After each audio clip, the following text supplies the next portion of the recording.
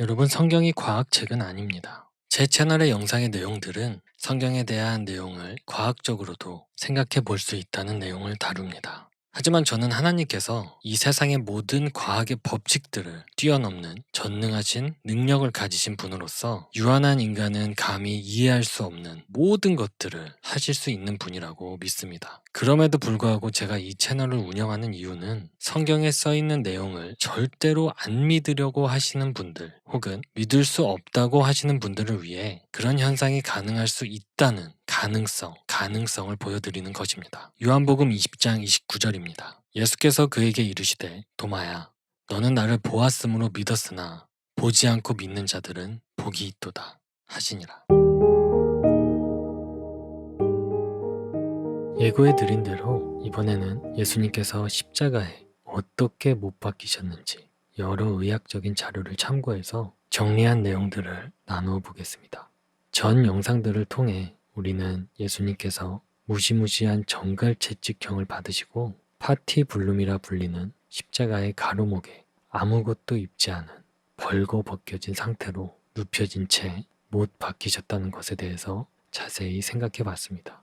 1968년 예루살렘에서 기원 후 70년경 로마에 대항하다가 숨진 36명의 유골이 발견되면서 로마의 이 십자가 형벌이 실제로 행해졌다는 사실이 더욱 명확해졌습니다. 학자들은 당시 십자가 처형을 당했던 요하난이라는 인물의 발에 꽂혀있던 7인치 크기의 못을 발견했습니다. 그 대못에는 십자가에서 떨어져 나온 올리브 나무 조각들이 붙어 있었습니다.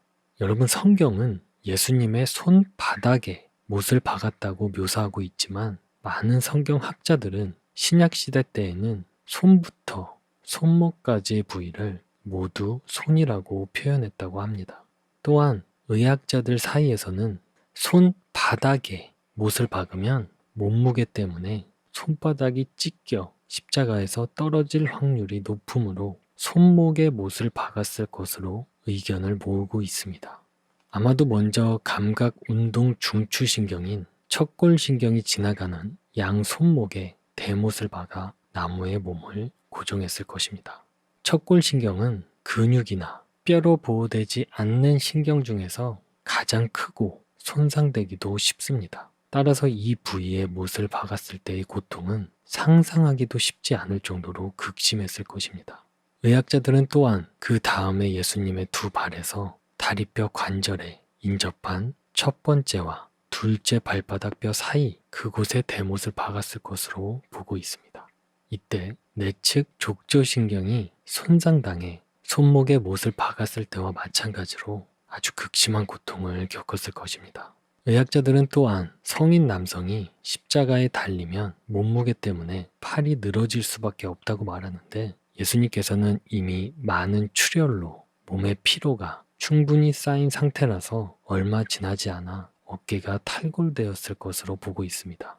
흉부외과 의학자들은 이런 식으로 매달린 채 숨을 쉬기 위해서는 팔꿈치를 구부리면서 어깨를 들어 몸을 위로 끌어올려야 한다고 하는데 그 대못이 박힌 발에 체중을 싣는 과정에서 고통은 아마도 배가 됐을 것이라고 말하고 있습니다. 또한 그 상태에서 손목을 돌려 팔꿈치를 구부리면 신경 손상이 더 심해져서 호흡할 때마다 상상할 수 없는 고통과 산소 부족을 경험하게 된다고 합니다. 그래서인지 몇몇 의학자들은 이런 이유로 예수님의 사인을 질식사로 보는 견해도 있습니다. 몇몇 그리스도인들이 자발적으로 십자가형의 고통을 직접 체험해 볼 수 있는 그런 실험에 참가한 적이 있는데요. 그 참가자들 역시 호흡 부전의 고통을 크게 호소했다고 합니다. 여러분, 고문하다라는 뜻의 영단어 excruciate이라는 문자를 그대로 풀이하면 십자가로부터 라는 의미가 됩니다. 여러분, 십자가의 고통이 얼마나 극심했으면 그 고통을 표현하기 위해 새로운 단어를 만들기까지 해야만 했을까요? 한편 유대인들은 안식일을 더럽히지 않기 위해 안식일이 시작되는 금요일 해질녘 전까지 죄수들을 처형할 것을 요구합니다.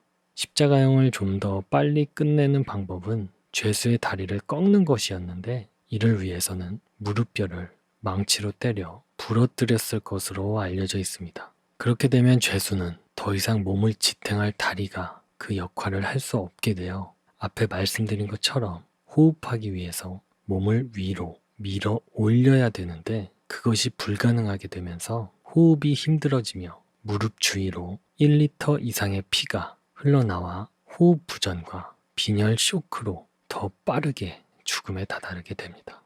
로마 군병들이 예수님과 함께 십자가형을 당하고 있던 두 강도의 다리를 꺾은 후 예수님께 왔을 때 그때 예수님은 이미 숨을 거두신 상태였습니다. 여러분, 이 부분이 굉장히 중요한데요. 그 결과 시편의 예언처럼 예수님의 뼈는 꺾이지 않았습니다. 시편 34편 20절입니다.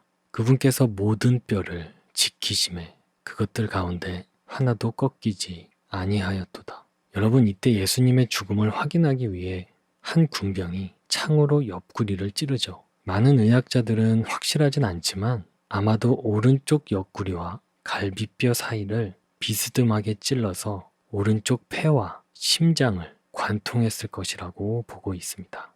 요한복음 19장 34절입니다.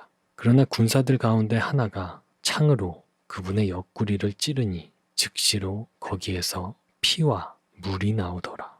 여러분, 피와 물이 나오더라 라고 기록되어 있습니다. 이 기록에 대해서도 의학자들마다 해석이 분분합니다. 의학자들의 여러 해석 중 하나는 다음과 같습니다. 이 부분이 심장 파열을 뜻한다고 주장하는 것인데요. 예수님의 심장이 파열되자 심장을 둘러싸고 있는 심낭으로 피가 흘러나와 적혈구는 아래로 고이고 윗부분에는 맑은 물 성분인 혈청이 모였다고 보는 것입니다. 쉽게 말해서 혈액이 분리되어 피가 먼저 나온 다음에 물이 나왔다는 것입니다. 하지만 이 주장은 출혈 후 시간이 지났을 때 혈액이 피떡처럼 응고되는 현상을 설명하지 못하기에 이에 대한 반론이 많습니다.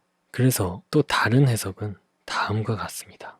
군병이 오른쪽 옆구리를 찔렀을 때 창이 복강, 흉강을 거쳐 심낭, 심장을 순서대로 관통했고 혈관이 먼저 손상돼 피가 나온 다음 고였던 복수 심낭액이 나온 것이라는 주장도 있습니다.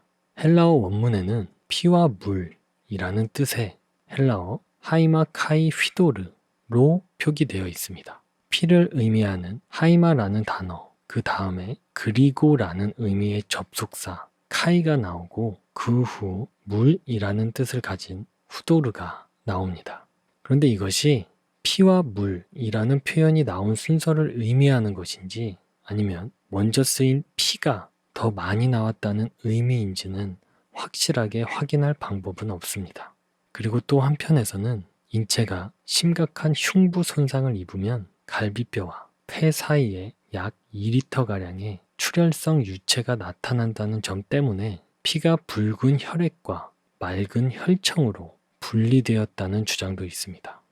또한 예수님께서 십자가에 못 박힌 상태로 호흡수가 점점 잦아들면서 호흡성 산증, 이것은 호흡이 억제되어 조직 및 혈중 이산화탄소 농도가 높아지고 혈액이 산성을 띠는 상태를 말하는데 이 호흡성 산증에 빠져 심장 박동이 불안해졌을 것이라는 주장도 있습니다. 아마도 예수님께서는 심장이 불규칙하게 뛰는 것을 감지하고는 이미 당신의 죽음이 임박했음을 예감하셨을 것입니다. 누가복음을 보시겠습니다. 누가복음 23장 46절입니다. 예수님께서 큰 소리로 외치시고는 이르시되 아버지여 내 영을 아버지의 손에 맡기나이다 하고 이렇게 말씀하신 뒤에 숨을 거두시니라. 이렇듯 예수님께서는 심장이 정지되면서 돌아가셨을 것입니다.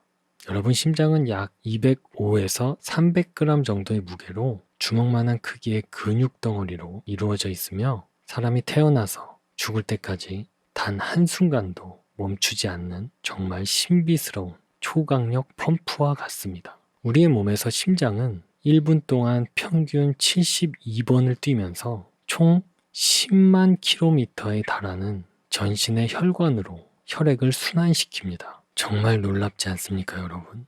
여러분, 심장이 3에서 5분만 정지해도 사망하거나 뇌 기능에 영구적인 손상을 입게 된다는 것은 우리 모두가 잘 알고 있는 상식입니다. 그렇죠?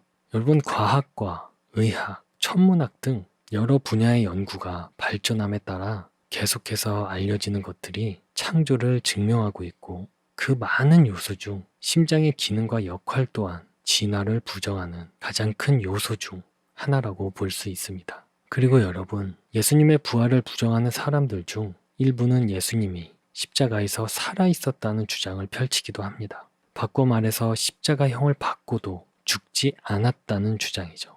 아흐마디아 무슬림들은 예수님이 인도로 도망쳤다고 믿고 있는데, 그들이 예수님이 묻힌 장소라고 주장하는 카슈미르 지방의 스리나가라는 곳에는 지금도 사원이 세워져 있다고 합니다.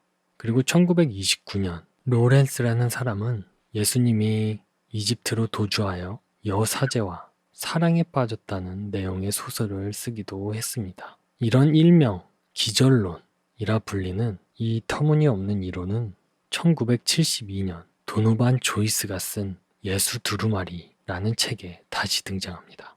하지만 로마 군병들이 창으로 예수님의 심장을 찔렀다는 사실에 비추어 볼 때 기절론은 우리 그리스도인들이 굳이 반박할 가치도 없는 주장임을 알 수 있습니다.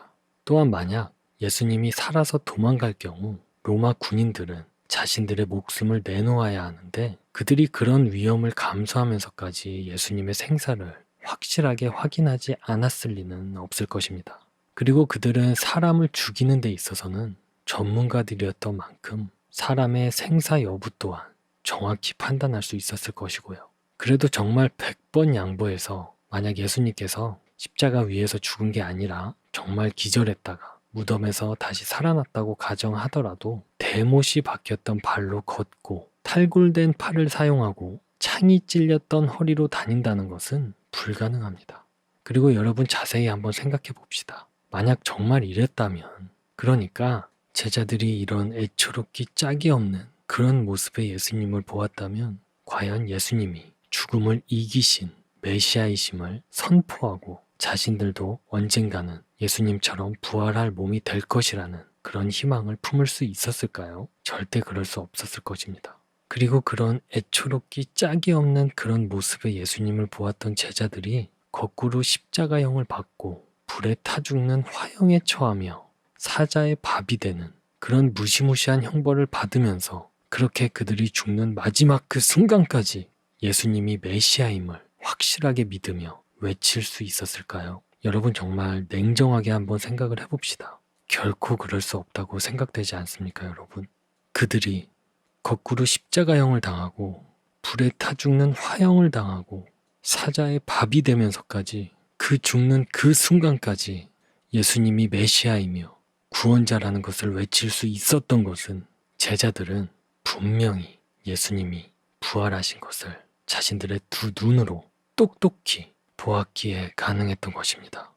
여러분, 예수님의 사인에 대한 의학자들의 관심은 끊이지 않고 있는데요. 미국 오하이주 내과 의사 그레그 위트 박사는 두 팔을 쭉 뻗은 상태에서 손목에 못을 박으면 가슴 근육이 수축, 이완작용을 할 수 없어 질식사할 거라고 말했고, 이탈리아 토리노 대학교 법의학연구소장인 루이지 보로네 교수는 그에 져서 예수의 최후의 날에서 질식사인 경우 통상 죽기 직전에는 도저히 말을 할 수 없다는 점을 근거로 이렇게 말했습니다. 예수는 십자가에 못 박혀 질식 등으로 고통받았으나 직접적인 사인은 관상동맥 혈전증에 의한 심장마비라고 주장했습니다. 2006년에는 존 스코슨이라는 사람이 예수님의 사인에 대한 40개의 문헌을 정리해 분석한 자료가 발표되었습니다.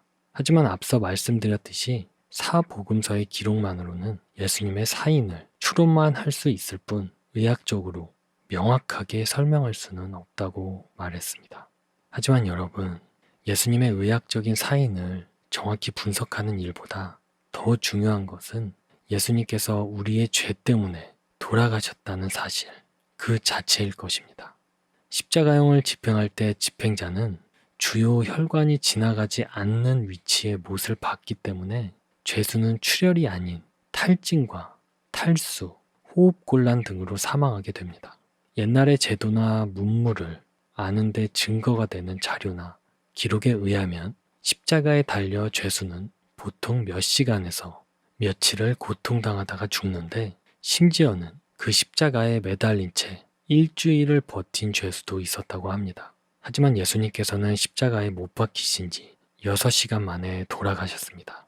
예수님이 상대적으로 빨리 숨을 거두신 것에 대해서도 의견이 분분합니다. 우리가 전편에서 나누었던 것처럼 예수님께서 십자가형을 당하기 전에 그 끔찍한 정갈채찍을 당하면서 엄청난 출혈이 있었기 때문에 그랬을 거다라고 생각할 수도 있겠지만요. 이런 생각을 해봤습니다. 혹시 독생자의 고통을 차마 더는 볼 수 없었던 하나님의 개입이 있었던 것은 아닐까 하고요. 자, 여러분은 어떻게 생각하시나요? 이번 내용은 여기까지입니다. 끝까지 시청해 주셔서 감사합니다. 여러분, 창조과학자들은 결코 증명을 하려는 것이 아닙니다. 어떻게 한낱 인간인 창조과학자가 우주 온 만물에 담긴 하나님의 전능함을 다 이해할 수 있겠습니까? 창조과학자들은 증명을 하려는 게 아니라 증거를 보여드릴 뿐입니다.